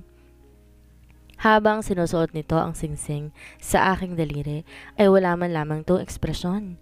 You may kiss the bride. Namula ang pisngi ko nang sabihin niya ni Father. Bigla nanginig ako sa kaba, hindi dahil sa takot kundi sa sobrang excitement ko. After 20 years, sa wakas, mahahalikan na ako. Magkakaroon na ako ng first kiss. Hindi na ako mangangarap ng gising habang nakatingin sa mga lalaki sa men's magazine. May silbi rin pala tong pagpayag kong makasal sa lalaking to. Di lang ako magkakaroon ng gwapong asawa. Matutupad ko pa ang matagal ko nang pinapangarap, ang magkaroon ng instant fafa. Parang slow motion, itinaas nito ang belo ko. Nagtaas baba ang dibdib ko. Habang inintay, lumapit ang mukha nito sa akin at halikan ako. Nawala ang ngiti ko nang dumampi ang labi nito sa noo ko. Teka, bakit sa noo? Nalaki ang mata ko at tinutop ang aking bibig. Ibig kong sabihin, bakit hindi sa lips? Nag-isang linya ang kilay nito, pero di man lang nakabawas sa angking kagwapuhan ng asawa ko. Lalo lamang tong kumisig sa paningin ko. Napasinghap ako nang yumuko ito at ilapit ang mukha sa pagitan ng mukha at balikat ko. Nanlambot ang tuhod ko nang maramdaman ko ang mainit na hiningang tumatama rito. Dream on, woman. Nawala ang ngiti sa labi ko. Nagtataka tumingin ako dito hanggang sa matapos ang kasal. Nagtataka ako sa inaasta nito. Malamig ito at parang walang pakialam sa akin. Nagkaroon ba sila ng tampuhan ni Magenda bago to nawala? Kaya ba tinaguan ng kaibigan ko ang lalaking to nung huling beses na nakita sila? Sumakit na lang ulo ko kakaisip ng maaaring sagot. Sinubukan ko magtanong sa mommy ni Magenda na si Mommy Nora pero wala rin tong masabing eksaktong dahilan sa akin. Ang ibang kinakasal masaya sa kanilang reception kasama ang groom pero ako eto, nag-iisang nakaupo habang hinaharap ang mga bisitang buwabati sa aming mag-asawa. Bigla na lang kasing umalis ang asawa ko at iniwan ako. Hindi nga ako nito sinubuan ng cake kagaya ng mga napapanood ko sa telebisyon. Napaayos ako ng upo na makita ang tita Daniela na papalapit sa akin, ang tita ng asawa ko, kapatid ng ama nito. May alam kasi ako sa mga taong nakilala na ni Magenda. Kinabisado ko ang mukha nila, katulad ng utos sa akin ni Mommy Nora, at isa ang ginang sa natatandaan kong kaanak ng asawa ko na nakilala ko na noon. Nang makalapit to sa akin, bumeso ito. Pati ang kasama nitong isang babaeng may edad din, bumeso sa akin. Sa pagkakatanda ko, ito naman ang kirida ng ama ng asawa ko, at ang lalaking katabi nito ay si Zeki, ang stepbrother ng asawa ko. Kilala ko ang lalaking to. Nung una, akala ko itong tagapagmana ng Hanson Enterprises. Ito kasi ang madalas kong mapanood sa telebisyon noon sa tuwing nagbabalita tungkol sa mayamang pamilya.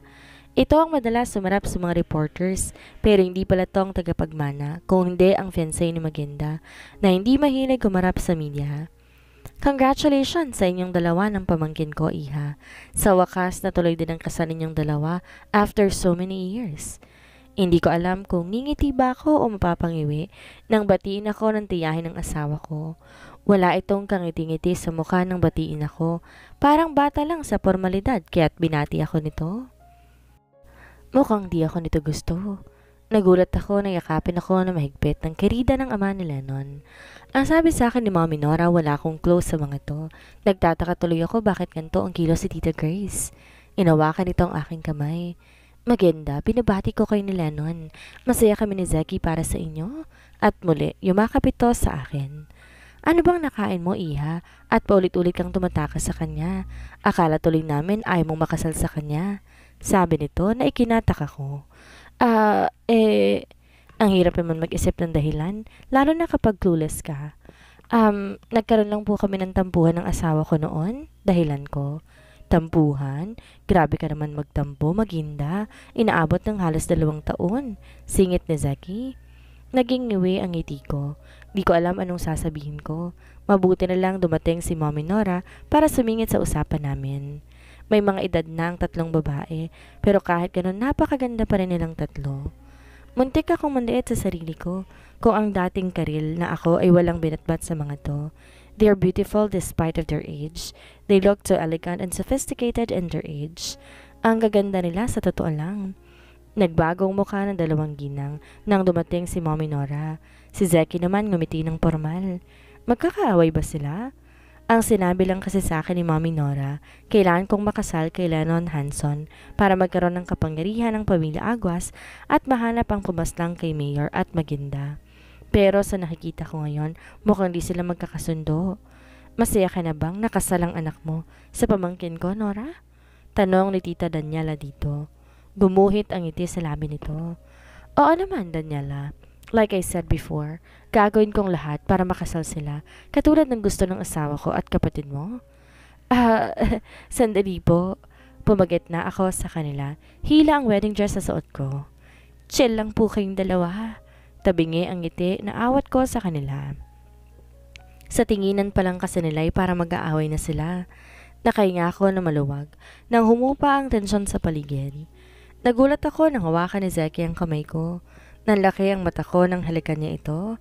Welcome back, Maganda. Namula ako. First time kong mahalikan sa kamay ng ganito kagwapong lalaki. Kumpara sa asawa ko, mas magaan ang aura nito. Gwapo. Boy next door ang dating. Si Renon kasi mukhang bad boy. Napahawak ako sa bato ko nang maramdaman kong parang may nakatingin sa akin. Paglingon ko, nakita kong asawa ko. Madilim ang mukha, nakatingin sa amin, especially kay Zeki. Hindi kayo nagsiselos to? Isip-isip ko. Siyempre, kahit matagal sila nagkatampuhan ni Maganda, mahal pa rin nilang isa't isa. Tila napapaso, tinabig ko ang kamay ni Zeki. Tandaan mo, Karel, hindi ka na pwedeng magpantasya ng ibang lalaki dahil may asawa ka na. Paalala ko sa sarili ko. Nakakasama ng loob.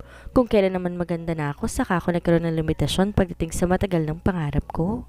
Tumingin ako sa asawa ko. Asawa ko? Hindi ako makapaniwala na may tatawagin na akong asawa simula ngayon. Nung pangit pa ako, boyfriend lang ang pangarap ko. Mahawakan ng abs ito at ang kamay nito. Pero ngayon hindi lang boyfriend ang meron ako, kundi asawa pa. At sa honeymoon namin mukhang di lang ako makakakita ng abs. Makakatikim rin yata ako ng langit. Nasa mid ako sa naisip ko. Nag-aalala naman si Mommy Nora na hinaplos ang likuran ko. Iha, hinihinay lang sa pag-inom, bawal pa yan sa'yo. Suway nito sa akin. Binaba akong cocktail drink na hawak ko. Di ko na malayan na painom na pala ako habang nakatingin sa asawa ko na ngayon abala nakikipag-usap sa mga executives. Lumapit sa akin si Tita Anita, kasama ng asawa nitong si Tito Carlo. Kapatid ito ng daddy ni Maganda sa ama. Congratulations, dear. At last, kinasal din kayong dalawa. Here, take this gift from me. Talagang pumunta pa ako ng Paris para bilhin ang limited edition bag na to para sa'yo. Sabi nito sabay abot sa akin isang paper bag ng mamahaling brand. Kamusta na nga palang operation mo? I heard nagkaroon ka daw ng severe allergy. Are you okay now? May pag-aalalang tanong nito. Ang sabi ni Mommy Nora kapag kaharap ko ang kapatid niya, umakto raw akong normal, kaya bumeso ako dito at yumakap. Thank you for the gift, Tita Anita. I really appreciate it. Huwag niyo po akong alalahanin, maayos ng lagay ko ngayon. By the way, you looked stunning tonight, Tita. Mukha kang bumata ng 10 taon. Maganda talaga ito, walang biro yun. Nagulat ito at hindi agad nakapag-react sa ginawa ko. Nagtaka tuloy ako. Gusto ko sanang tanungin si Mommy Nora kung tamang ginawa ko, pero nakita kong may kausap tong isang magandang babae. Oh, I didn't expect you to be so sweet tonight, Iha. Ganito yatang nagagawa ng bagong kasal. Bigla na lang nagbabago ang tao. May alanganing ngiting sabi nito bago nagmamadaling umalis kasama ng asawa. Bakit umalis agad yun? May mali ba sa ginawa ko? Parang bigla naging iwas na iwas ito. Oh my God, Maganda! Sigaw na isang boses mula sa malayo. Itong babaeng kausap kanina ni Mommy Nora. Di ako makapaniwalang kinasal ka na talaga. Sabi nito sabay yakap sa akin na mahigpit. Napaawang ang labi ko na maalala ko to. Bakit mo siya kinalimutan, Karil? Kastigo ko sa sarili ko. Ito si Charlotte, ang matalik na kaibigan ni Maganda. Mga bata pa lang daw ang dalawa, matalik na sila magkaibigan. I'm sorry Maganda kung ngayon lang ako. But as I promised, dumating ako para dumalo sa kasal mo. Emosyonal na wika nito. Isa tong sikat na modelo sa ibang bansa at minsan na lang mamalagi dito sa Pilipinas. Halos wala itong patid sa pag-iyak habang nakayakap sa akin. Mukhang close na close ito at si Maganda. Napaiyak ako. Akala ng iba naging emosyonal ako dahil sa kasal ko. Pero ang totoo bigla ko naalala ang best friend ko. Kamusta na kaya si Neri? Gusto ko man itong dalawin ay hindi pwede. Ito ang mahigpit na bilin ni Mommy Nora. Kung gusto ko raw na maging ligtas sa mga taong nasa paligid ko, kailangan ko raw sumunod. Pagkagaling namin sa reception, tumuloy kami sa LH Hotel. Pag-aari daw to ng asawa ko ayon kay Mommy Nora. Hindi sa pamilya nito kundi mismo ng aking asawa.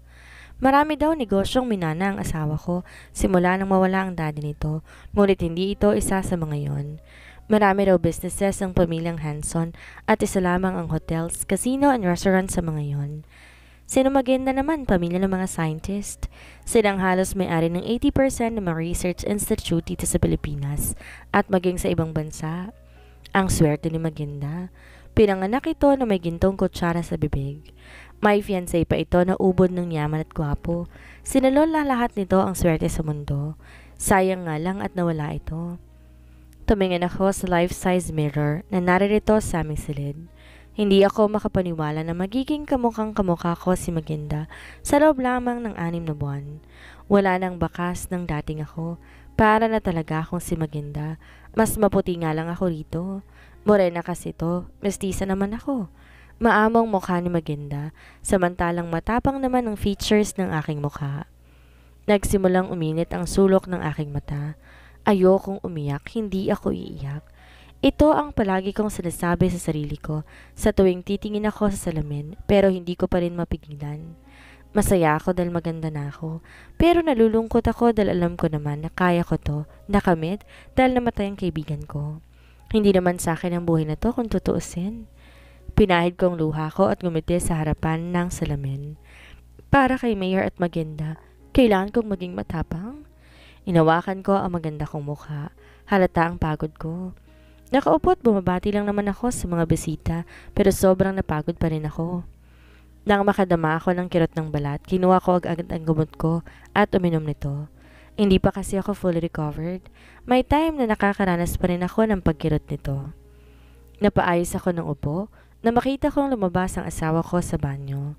Tumutulo pa ang tubig mula sa basang buhok nito. Kanina napakalungkot ko pero ngayon nakanganga ako habang nakatingin dito. Daig pa nito ang isang modelo. Habang naglalakad to, siya namang pagkagalawan ng muscles sa katawan nito tulad ng mga modelong napapanood ko sa telebisyon. Napanunok ako ng laway nang bumaba ang aking mata sa mabatong tiyan nito. Oh my abs! Dati, pangarap ko lang makakita ng abs. Ngayon, harap-harapan ko na itong makikita simula ngayon. Ngayon pa lang humihingi na ako ng tawad kay Magenda. Alam kong masama pero pinagpapantasyahan ko ang lalaking mahal niya. Tsaka wala akong choice kundi pakisamahan to, katulad ng utos ni Mommy Nora. Hi, love. Nakangiting bati ko sabay kaway dito. Napangawi ako nang kunutan lang ako nito ng noo. Babe, hindi nagbagong ekspresyon nito. Hon? Honey? Lalong kumunot ang noo nito. Darling, honey babe? Namutla ako nang dumilim na ang mukha nito. Ano bang tawagan naming dalawa? Baka mamaya magduda to na hindi talaga ako si Magenda. Naku, hindi to pwede. Tumayo ako at lumapit sa kanya. Lennon, pwede ba na isang tabi natin ang tampuhan nating dalawa? Katatapos lang natin ikasal kaya dapat kalimutan na natin ang nakaraan. Pinapatawad na kita. Patawarin mo na ako. Pinagpapawisan na ako ng gusto. Hindi ko alam kung tama ba itong sinasabi ko. Si Tita Nora kasi maraming detaling hindi sinabi sa akin. Marami rin daw kasi itong hindi alam na tayong si Magenda lang daw nakakaalam. Basta ang sabi niya, act normal lang daw ako. Inalala ko ang mga ugali ni Magenda. Mahinihin, mabait at maganda. Yun ang katangian nitong kailangan kong isaulo. Tumikim muli ako at kiming ngumiti. I love you asawa ko. Huwag na tayo mag-away, okay? Mukhang may mali sa sinabi ko dahil imbes matuwa ito, galit tong lumapit sa akin at tinawakan ako mamadiin sa balikat ko. Napaigik ako ng itulak at isandal ako nito sa pader. May pagkasuklam ang mata nito habang nakatingin sa akin na parang may ginawa ko sa kanya na malaking kasalanan. Stop acting like we're close, woman. Hindi mo ako madadala sa arte mo. Inilapit nito ang labis sa punong tenga ko at galit na nagsalita. Imbes kiligin natakot ako sa sunod na sinabi nito. You cannot wrap your hands around my neck. Bago mo magawa, papatayin muna kita. Banta nito bago ko binitawan. Pigil ko ang paghinga ko. Nang mawala ito at dahan-dahan ako ng hina na para bang nauupos na kandila. Parang sirang plaka. Paulit-ulit umalingungaw sa utak ko ang banta nito. Papatayin daw ako. Ano bang ginawa ni Magenda para magalit ng ganito si Lennon? Nanginginig, hinanap ko ang cellphone na bigay sa akin ni Mommy Nora. Kailangan ko mag-report dito tungkol sa nangyari. Natatakot na ako sa ikinikilos nito. Paano kung di magtagal malaman nitong nagpapanggap lamang ako? Baka maging katapusan ko na kapag nangyari yon? Lalo akong kinabahan. Binuhos ko na ang laman ng purse. Nasa na ba kasi yung cellphone? Dito ko lang nilagay yun eh. Nang bumukas ang pinto, napahawak ko sa dibdib ko sa gulat. Pumasok ang may katabaang lalaki, kasama na isang maedad na babae. Mukhang na-trauma na yata ako kay Lennon. Salamat naman. Kinabahan ako. Kala ko kasi si Lennon ang pumasok. Nang tumingin sila sa akin ay ngumiti ako. Pero wala man lamang ekspresyon ng dalawa, lalo na ang lalaki, daig pa ang robot. Yumuko ang dalawa. Madam, nakahanda ng sasakyan sa labas. Naghihintay na si Mr. Hanson sa inyong pag-alis? Madam? Dati pangit ang tawag sa akin pero ngayon madam na. Naalala ko bigla ang mukha ni Lennon kanina. Ligtas kaya ako dito? Mukha kasing hindi eh. Mukha nakakatakot din to. Madam? Untag sa akin na matan ng babae kaya natauhan ako. Aalis na tayo. Tayo na naghihintay ang asawa mo sa sasakyan? Natigilan ako. Aalis po? Saan naman kami pupunta? Kabado kong tanong. Magalang na tumugon ang lalaki sa akin.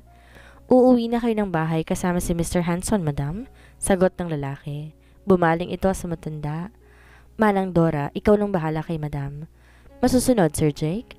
Huwag kang mag-alala, ako ang bahala kay madam. Nang makalabas ang tinawag nitong Jake, lumapit ako sa matanda at mahinang bumulong. Manang, pwede bang i-postpone mo muna ang pag-alis ko? May hanapin lang kasi ako eh. Gulong-gulo na kasi ako at parang sasabog ng ulo ko. Ang sabi nito sa akin, umakto lang ako ng normal at walang magiging problema. Pero kabaliktaran ito ng sinabi niya sa akin. Kaya kailangan kong makausap si Mommy Nora. Inawakan ko ang balikat ko. Hanggang ngayon masakit pa rin to. Naalala ko kung gaano kadilim ang mukha ng asawa ko at kung paano ko nito bantaan. Naparunok ako at nangilabot. Nakakatakot si Lennon. Para tong mabangis na hayop at handa akong saktan kanina. Pinakaayaw ni Mr. Hanson ang pinaghihintay siya, madam. Huwag ka mag-alala. Magpapaiwan ako ng taong maghahanap ng cellphone mo. Sa ngayon, lumakad na tayo bago pa magalit si Mr. Hanson. Sumunod ako dito na magpatiuna tong maglakad. Napaigtad ako sa gulat ng paglabas namin ng silid. May 6 na nakalalakihang sumusunod sa amin, armado, at mukhang bodyguard ang dating. Hinila ko ang gown ko at dumikit kay Manang. Manang, sino ho sila? Alam kong mayaman si Lennon, pero para magkaroon ng bodyguard ng 6 na tao, parang sobra naman yata to. Sila ang bantay mo simula ngayon, madam? Po? Pero di ko naman kailangan ng bantay eh. Kaya ko naman ng sarili ko. Huminto ito at hinarap ako. Ang asawa mo nagpasya nito, madam. Kung labag sa loob mo ang pagkakaroon ng bantay, maaari mo siyang kausapin tungkol sa bagay na to. Kakausapin siya? Naparunok ako. Naku, hindi bahali na lang, no? Ibig kong sabihin, hindi na po pala kailangan because I love it po. Talagang mahal na mahal ako ng asawa ko dahil binigyan pa niya ako ng mga bantay. Bawi ko na makita ang nagdududang tingin nito. Pagdating namin sa VIP parking lot, merong maraming sasakyan doon na nakahilera. Sa pinakagitna kami dumiretso na matanda. May lalaking nagbukas ito para sa akin. Sa loob, nakita ko ang asawa ko, prenteng nakaupo habang naninigarilyo. Diretsong tingin, parang walang pakialam sa paligid. Bago umalis si Manang, inalalayan ako nitong pumasok. Nang makasakay ako'y parang biglang sumikip ang paligid ko. Pakiramdam ko naging limitadong hangin na nasasagap ko. Wala itong ginagawa para matakot ako, pero naghahatid ng kilabot ang aura nito. May kakaiba sa lalaking ito na hindi ko maipaliwanag. Nakakatakot to at masyado misteryoso. Hindi ako makapaniwala na pinaturan ni Magenda ang katulad nito. Umusod ako palayo dito. Parang babaliktad ang sikmura ko sa amoy na sigarilyo nito. Di ako makahinga. Di ko magawang umakto ng normal katulad ng sinabi ni Mommy Nora sa takot ko rito. Kanina puno ng kilig moments ang utak ko, pero nung bantaan ako nito biglang nagkaroon to ng sungay sa paningin ko. Dahan-dahan ko tong nilingon. Muntik ko nang makagat ang dila ko nang makita na nakatingin ito sa akin. Dapat pala hindi na ako lumingon. Sising-sisi na mas lumayo pa ako. Kahit sumakit pa ang leeg ko, hindi na ako tumingin pang muli dito. Ang tapik ni Manang Dora sa aking pisngi ang nagpagising sa akin. Nakatulog pala ako sa biyahe. Nauna nang pumasok ang asawa mo, madam. Halika't pumasok na tayo sa loob. Paliwanag nito na makitang tumingin ako sa kinaupuan ng asawa ko kanina. Nang makababa, tumingala ako sa bahay. Mas tamang sabihing mansyon na nasa harapan ko. Malaki at malawak ito, para tong palasyo, pero nakakatakot dahil mukha tong haunted house.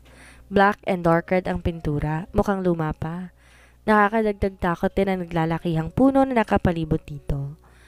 Nang tumingin ako sa malaking tarangkahan, nakita ko na may isang kulay puti, isang white octagon logo na may nakaukit na bungo sa gitna nito. White octagon? Tumingin ako sa logo at humawak sa baba ko. Hindi kaya may samahan ng kulto ang asawa ko? Mahinang bulong ko. Na makita ko, lumakad na si Manang. Lakad takbo kong sumunod dito. Manang Doray, dati po bang haunted house to? Mukha kasing walang nakatira dito eh. Sa dami ng tanong ko sa matanda habang naglalakad kami, wala tong sinagot kahit isa sa mga yon. Sa pagdating namin sa main door, kusang bumukas ito. Ang ganda! Hindi mapigilang bulalas ko na makapasok kami sa loob. Malayong-malayong itsura nito sa labas. Kung matatakot ka sa itsura ng mansyon sa labas, pagkamangha naman ang mararamdaman mo sa oras na makapasok ka. Gold and white ang theme ng kulay ng bahay sa loob. Walang masyadong gamit maliban sa mga paintings at naglalaki ang chandeliers na halatang mamahalin. Sumisigaw naman sa karangyaan ng bawat sulok at mga gold figures na makikita mo. Sumunod ka sa akin, madam. Sumunod ako kay Manang. Nang makarating kami sa pinakataas, huminto kami sa kwartong nasa pinakagitna.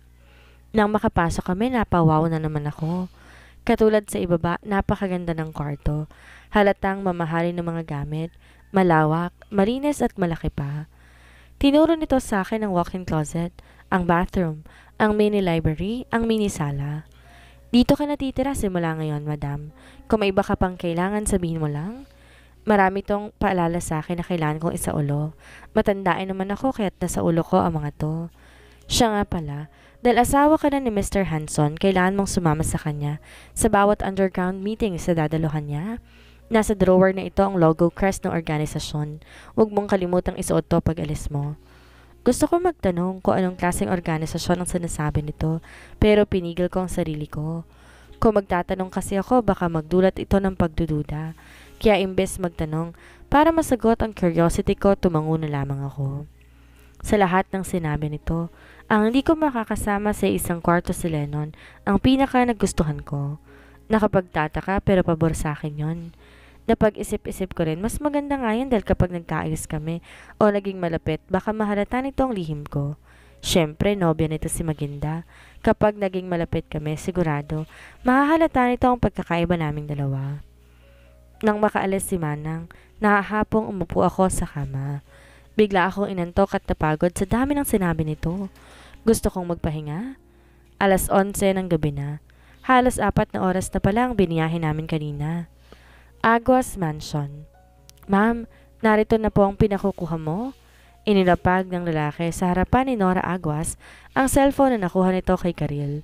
Salamat, makakaalis ka na. Ano niya? Di nagtagal pumasok si Anita kasama ng asawang si Carlo. Namumula sa galit ang mukha nito at nanlilisik ang mga matang tumingin sa kanya. Anong ibig sabihin nito, Nora? Talagang balak mo kung alisan ng mga ari-arian? Baka nakakalimutan mo isa pa rin akong Agwas? Baliktarin mo man ang mundo. Anak pa rin ako ni Dad at kapatid ako ng asawa mo.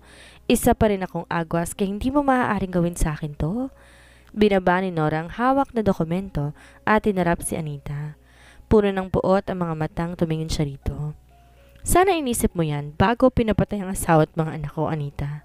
Sana inisip mo yan bago mo sinila ang pamilya namin. Namutla si Anita, maging ang asawa nitong si Carlo namutla. Nakitaan ng pagkagulat ang mukha ng dalawa. Nora gritted her teeth in anger. Puno ng pagkasuklam ang kanyang mga mata habang nakatingin ang dalawa. Ang dahilan kaya't nasira ang pamilya nila, ang masayang pamilyang binuo nila. Wala kaming alam sa mga binibintang mo, Nora. How dare you accuse me without any proof? Kung namatay man si Kuya dahil yun sa inyo, dahil sa inyo at hindi dahil sa akin, huwag mong isisisi sa ibang kamalasang dinala mo sa pamilya namin, Nora. Kung hindi mo pinilit si Kuyang piliin ka, hindi yun mangyayari sa kanya. Napailing ang mukha ni Anita sa lakas ng sampal sa kanya. How dare you? Anong ibig sabihin nito? Bitiwan niyo ako. Nilapitan ko ang mga kakapasok lang na lalaki at tinawakan ng kasama ng asawang si Carlo. Nora, hindi mo pwedeng gawin sa amin to. Agwas si Anita.